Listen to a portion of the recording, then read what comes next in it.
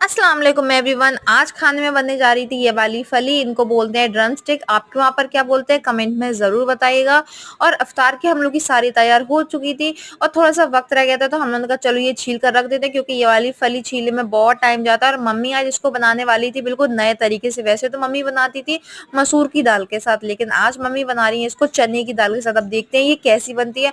आप लोग कौन सी दाल के साथ बनाते हैं बताइएगा।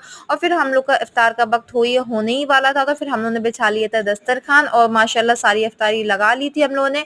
और कहते हैं ना कि आप जितनी भी कम से कम इफ्तारी बनाएं, लेकिन ढेर सारी इफ्तारी हो ही जाती, क्योंकि इन रमजानों में भाई इतनी बरकत होती है कि क्या ही बताएं। और फिर रोजा खोलकर हमारा खाना बन ही चुका था और मुझे करनी थी आज सिलाई, क्योंकि भाई वैसे तो मैंने ईद के लिए ली है रेडीमेड ड्रेस, लेकिन अलविदे के लिए मैंने एक सिंपल सा सूट लिया है, तो मुझे वो सूट सिलना था। मैंने उसके लिए बनाई है पैंट, क्योंकि पैंट और लॉन्ग कुर्ता ही आजकल बहुत अच्छे लगते हैं, शलवार तो पता नहीं अच्छी नहीं लगती हैं अब।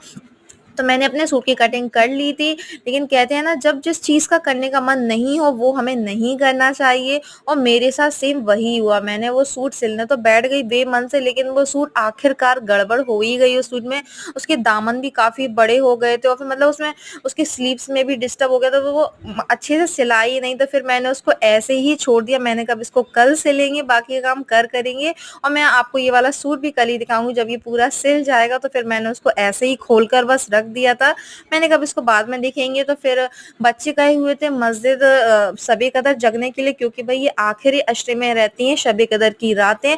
तो क्या आपके वहां पर जगते हैं बच्चे? तो कमेंट में जरूर बताइएगा। तो फरहान आ चुके थे मस्जिद से, फिर आकर उन्होंने खाया खाना, तो मैंने जल्दी से बिरयानी गर्म कर दी थी। और भाई हम लोग भी फ्री हो चुके थे, सभी लोग खाने पीने से। और एक तो शहरी में भी उठना रहता है, तो फिर जल्दी सोना भी पड़ता है, लेकिन जल्दी कहाँ सो पाते हैं, टाइम वही हो जाता है। और फिर जब सुबह उठे तो मैं लग गई अपने सारे कामों में, और मुझे आज निकालना था घी, क्योंकि हमारे घर का घी हो